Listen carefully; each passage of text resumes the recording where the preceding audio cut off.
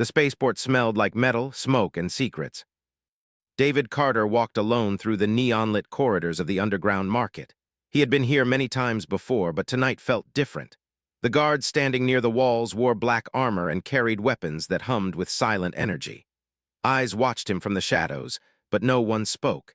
In this place, people came to buy things that were not supposed to be sold. David was not rich, he was not powerful, but he was curious, very curious. He had heard whispers of a private auction happening deep beneath the market. It wasn't on any map. It wasn't public. You had to be invited or know the right person. David had neither.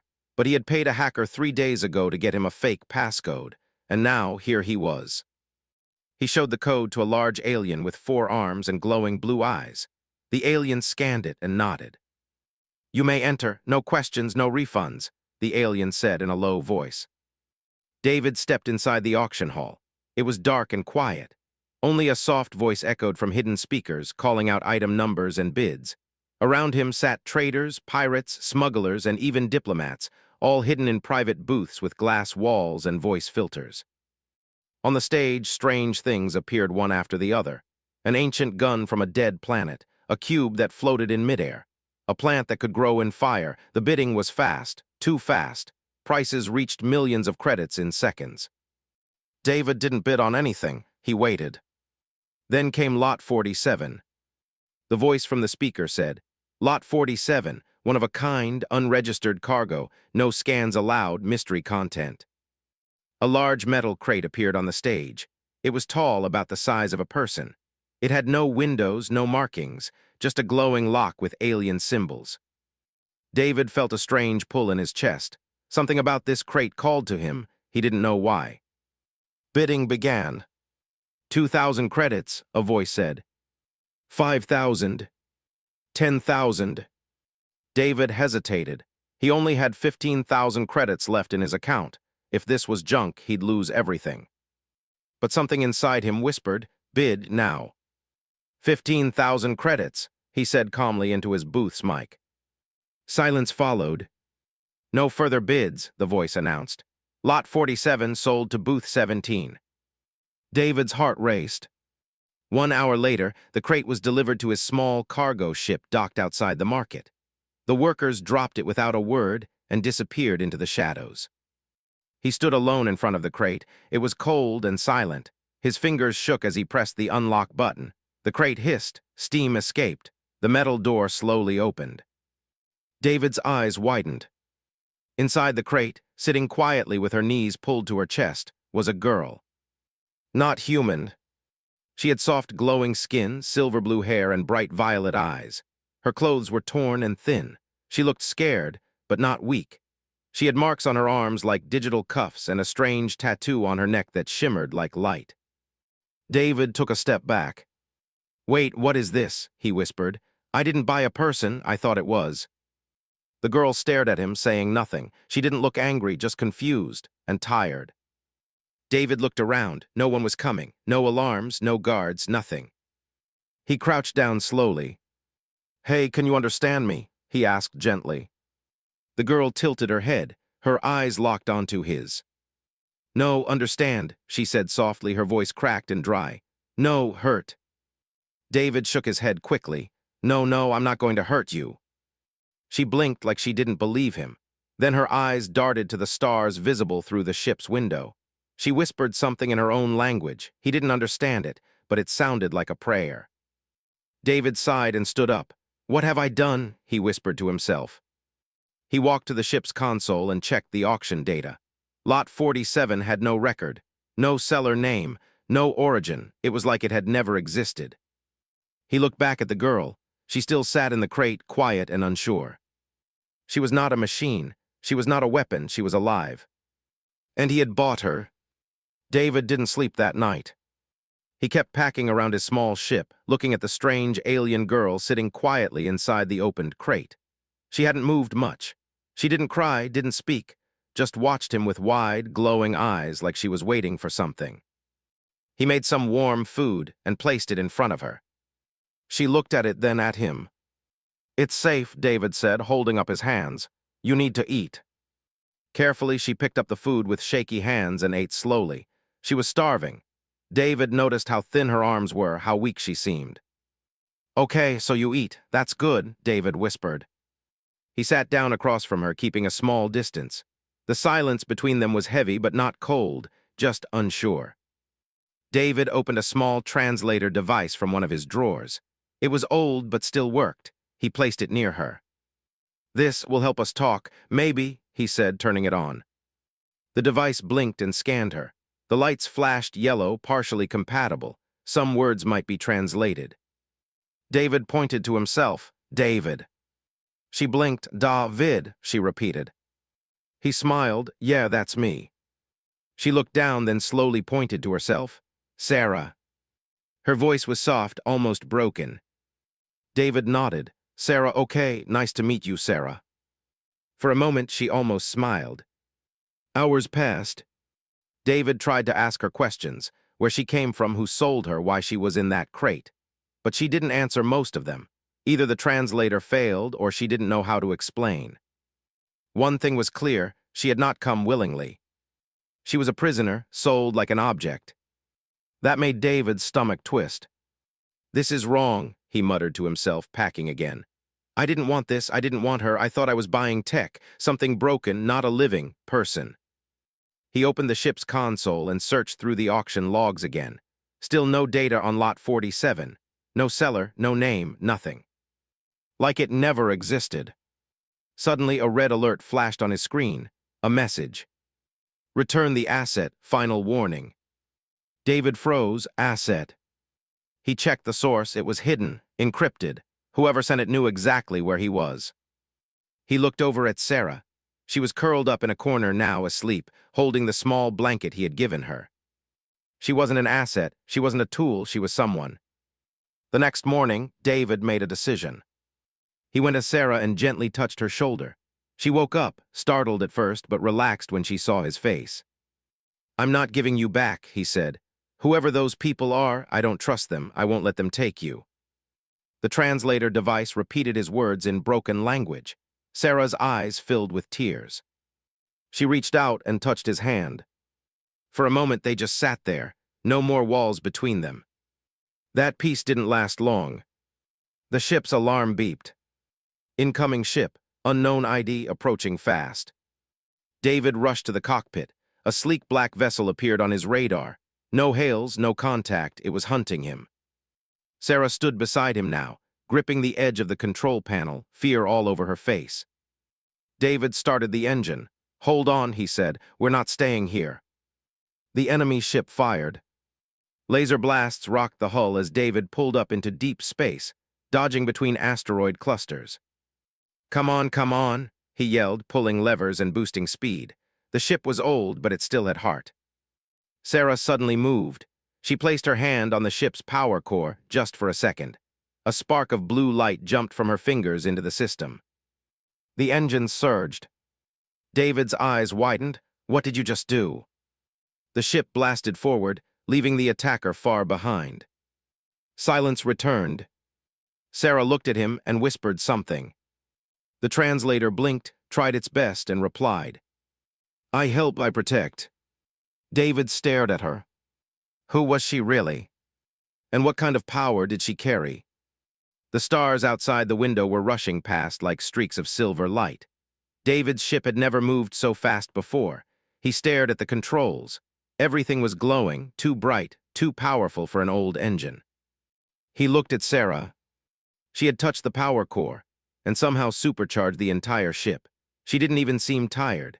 She just sat quietly in the co-pilot's seat, her eyes watching the stars, her glowing fingers curled on her lap. "Okay," David said slowly. "You're not just any alien girl, are you?" Sarah didn't answer. She didn't need to.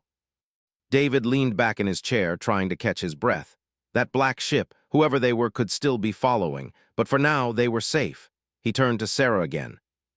That thing you did, what was that?" he asked. Sarah hesitated, then pointed to herself and said one word. "Core." David blinked. "Core like ship's core." She shook her head, then placed her hand on her chest. "Core me." The translator tried to help. "She is core, energy core, living key." David's eyes widened. A living core? That couldn't be real. But then again, she had made his dying ship move like a top-tier war cruiser. Sarah stood up slowly and walked to the center of the cockpit. She looked out the window, then placed her hand on the glass. Home gone. David's voice softened. They took you from your home. She nodded. Then she reached into the pouch on her torn clothing and pulled out a tiny crystal, dull at first, but glowing as soon as it touched her hand. She placed it on the control panel. A small map appeared. Stars, planets, lines connecting places David had never seen. One planet pulsed slowly in red. "What's that?" David asked. The translator buzzed. "Place of beginning, place of sleep." David frowned. "You were created there." Sarah looked at him with her soft, glowing eyes. "I was born for purpose." Before David could ask more, alarms blared again. The ship's sensors picked up two signals, fast, dangerous, coming from opposite directions. "They're tracking us again," David muttered. "That ship from before must have sent backup." He had to act fast. He turned to Sarah. "I don't want to run forever. If you know a place we can hide, somewhere safe, we need to go now." Sarah pointed to the red planet on the map. "There." David nodded. "All right, setting course." He locked in the coordinates. The ship curved hard through space, chasing the red dot on the screen. Engines roared, gravity shifted. Time seemed to bend as they jumped into hyperspace. When they arrived, the planet below looked dead.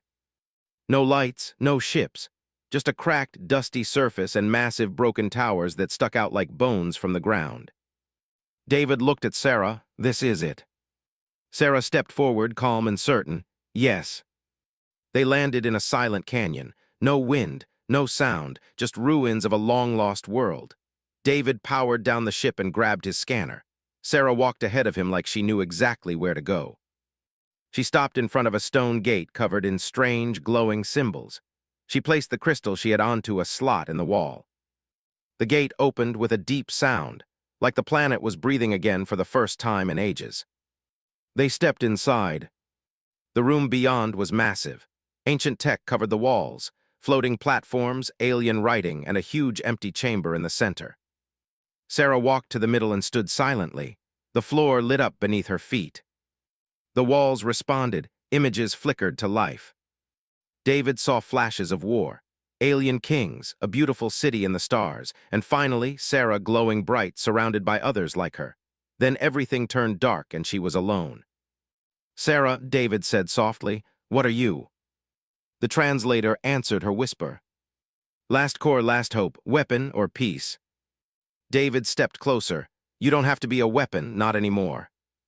Sarah looked at him, truly looked. She smiled, a small, fragile smile. Then the floor shook. The doors slammed shut. Red lights blinked on the walls. A deep voice echoed from the shadows. "Unauthorized core activation. Initiating capture protocol." David grabbed Sarah's hand. "Run." But Sarah didn't move. Her eyes turned silver. Her hair began to rise, glowing with energy. "No more running," she whispered. David stared in shock. He was starting to realize. She wasn't just the key to something old. She was waking it up. The entire chamber, lit up like a star, had been born inside it. Sarah stood still in the center, her hair floating gently around her face like it was underwater. Silver light ran across her arms. Her feet were no longer touching the floor. The ancient room, asleep for thousands of years, was awake again. David backed away slowly, his heart pounding. He had seen strange tech before. He had traveled across systems and met aliens with wild powers. But this was different. This was ancient magic and science combined. "Sarah," he called out carefully, "what's happening to you?" She turned her head slightly, her eyes now glowing pure white. "I remember," she whispered. Then a beam of light came down from the ceiling, scanning her body. Strange alien runes floated in the air, spinning faster and faster. The room shook again. Suddenly, a new voice spoke, deeper than the last. "Core identity confirmed, Sarah, blood of Elian's flame. Lineage royal, designation, last of the Sourceborn." David's mouth dropped open. "Wait, royal, what do you mean, royal?"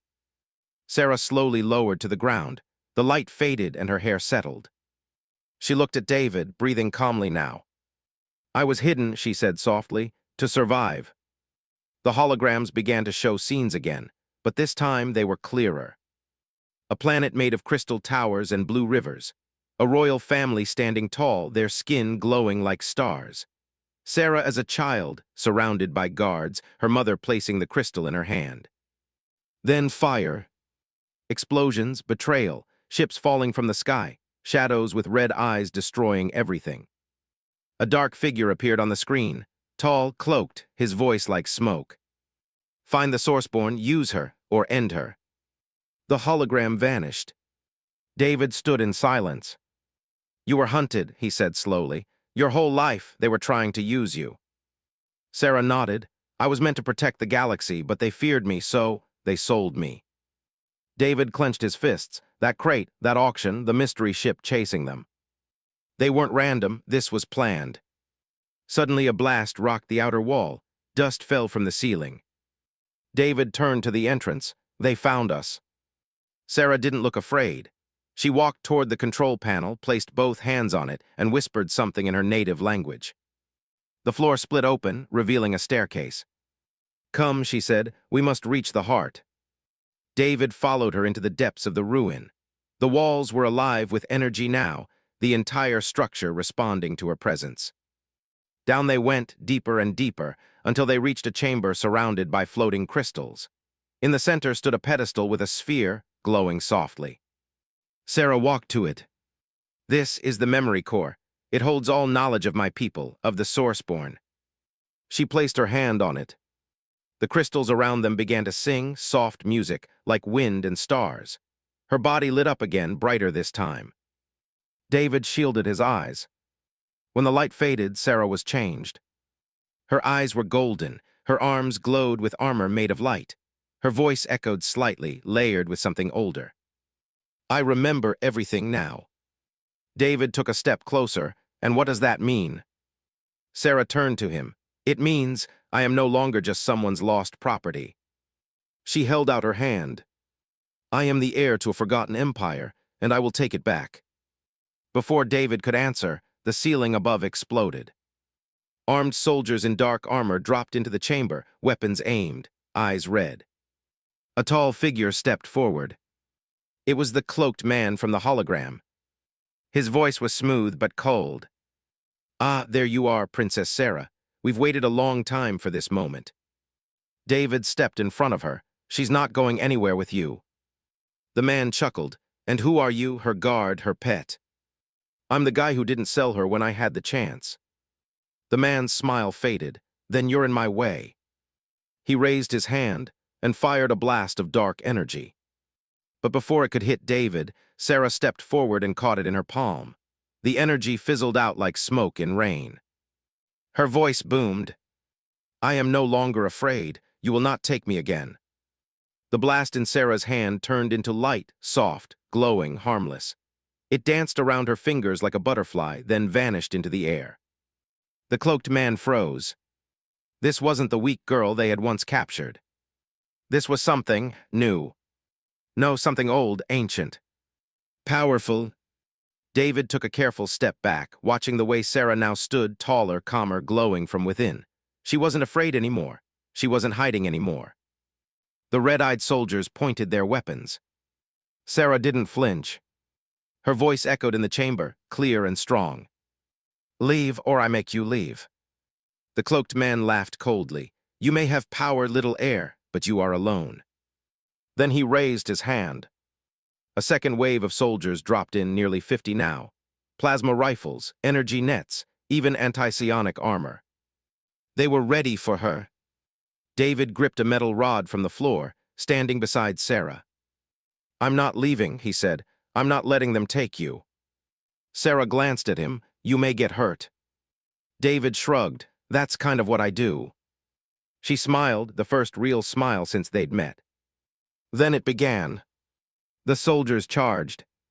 The air filled with chaos, gunfire, light blasts, smoke. But Sarah moved like she had trained her whole life. She floated above the ground, her hands glowing white-blue.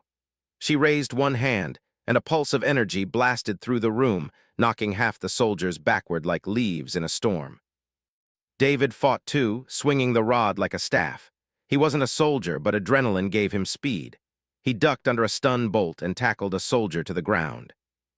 Sarah turned, raised both hands, and formed a shield around them, a sphere of energy that shimmered with alien patterns.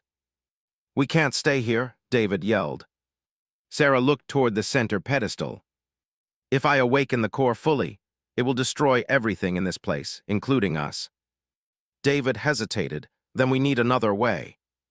She closed her eyes, then suddenly opened them, wide and glowing. "There is another way." The memory crystals around them floated into the air, spinning. Sarah moved her hands in strange shapes like she was painting in light. Slowly, the energy formed a portal, a circle glowing with runes, showing the inside of a massive ship. "A relic ship," she said. "My ancestors built it. It's still in orbit. I can feel it." David looked at the portal. "Can we get there?" "We have to try." She grabbed his hand, warm and electric to the touch, and they both stepped through the portal. The cloaked man screamed, "Stop them!" But it was too late. They vanished into light. They arrived in silence. The ship was massive, silent halls made of gold and crystal, control panels untouched for thousands of years. It floated high above the planet's surface, cloaked in old tech. Time had forgotten it. Until now. Sarah stepped forward. "This is my family's flagship," she whispered, "the Ilarian Dawn." David looked around in awe. "It's beautiful." Sarah placed her hand on the main console. It lit up instantly. Systems activated, lights returned. A low hum echoed through the ship.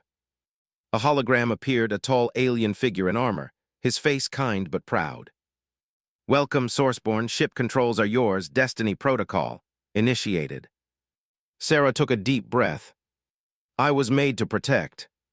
The ship replied. "Then protect, reclaim what was stolen."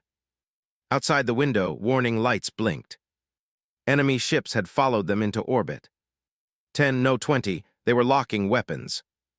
David looked at Sarah. "Can you fly this thing?"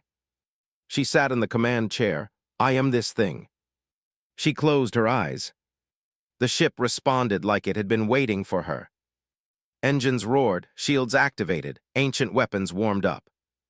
And for the first time in 1,000 years, the Ilarian Dawn returned to life and to war.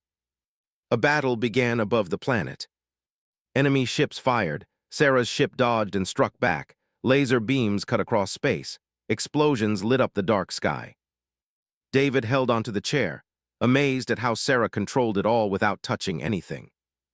"Are you okay?" he asked. Sarah nodded calmly. "I am complete now." She sent a final wave of energy through the ship, and one by one, the enemy ships were disabled, not destroyed. "You spared them," David said. "They were just tools," Sarah replied. "He is the real enemy." David knew who she meant. The cloaked man. And Sarah was no longer running from him. The battle was over. The stars outside were calm again.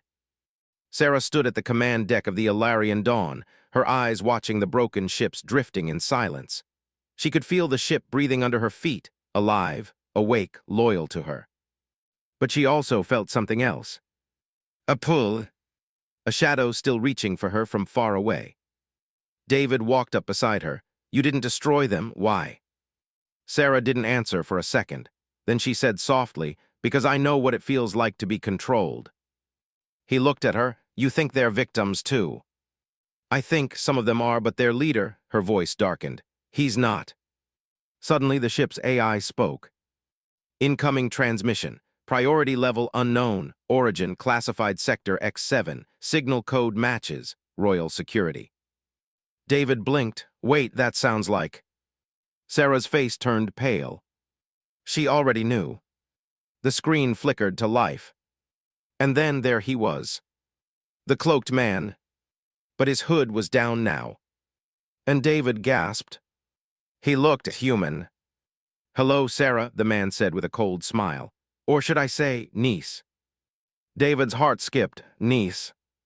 Sarah took a step back. "No, that's not possible." "Oh, it is," the man said calmly. "You were too young when we last met, but I remember you well." Sarah stared, her hands shaking. You were there the night of the fire. You betrayed the crown. He nodded. Of course I did. Your mother was weak. She wanted peace, unity. I wanted strength. David was stunned. You're her uncle. You sold her into slavery. The man's smile grew colder. It was the only way. The prophecy spoke of one sourceborn who would awaken the core, one who would lead the galaxy. He leaned forward. That power should have been mine. Sarah's voice broke. You killed my parents, destroyed our city, all to take something that was never yours. You think this power will bring peace? He snapped. No, the galaxy doesn't need peace, it needs order, and I will bring it. Sarah stepped forward, anger in her eyes. You'll never have the core. The man chuckled. Maybe not, but you will bring it to me. Then his image flickered, replaced by a warning. Hyperjump detected, enemy fleet approaching, 3 minutes. David cursed. He tracked the signal. Sarah turned. We have to leave now. The AI spoke again. There is one safe destination, the Citadel of Flame, sacred ground of the Sourceborn, coordinates locked. Sarah nodded. Jump. The ship folded space. In a flash of light, they were gone.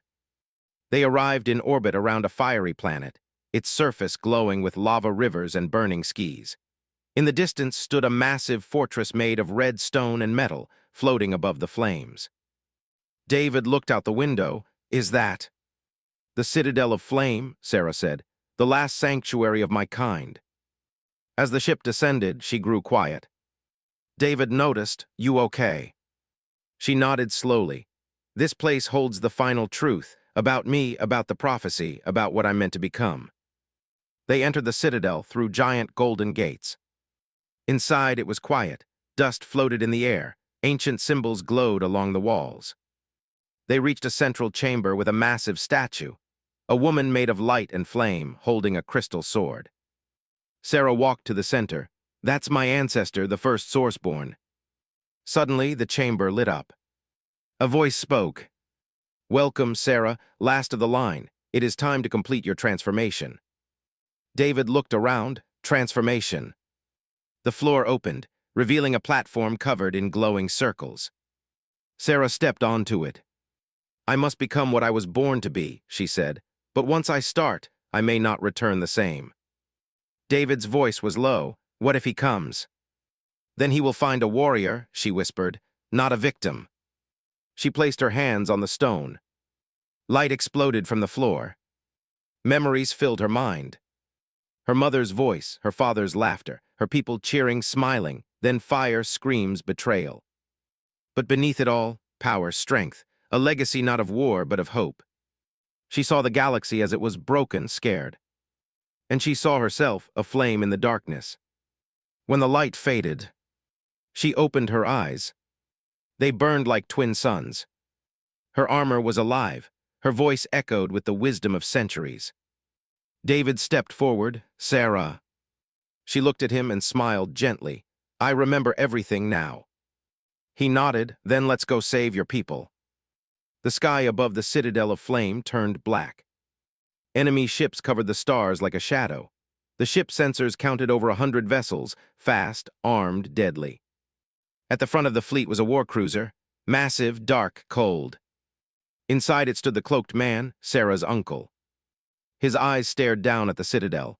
Prepare to strike, he ordered. Bring me the Sourceborn. On the ground, Sarah stood outside the Citadel gates. Her new armor shimmered with golden energy.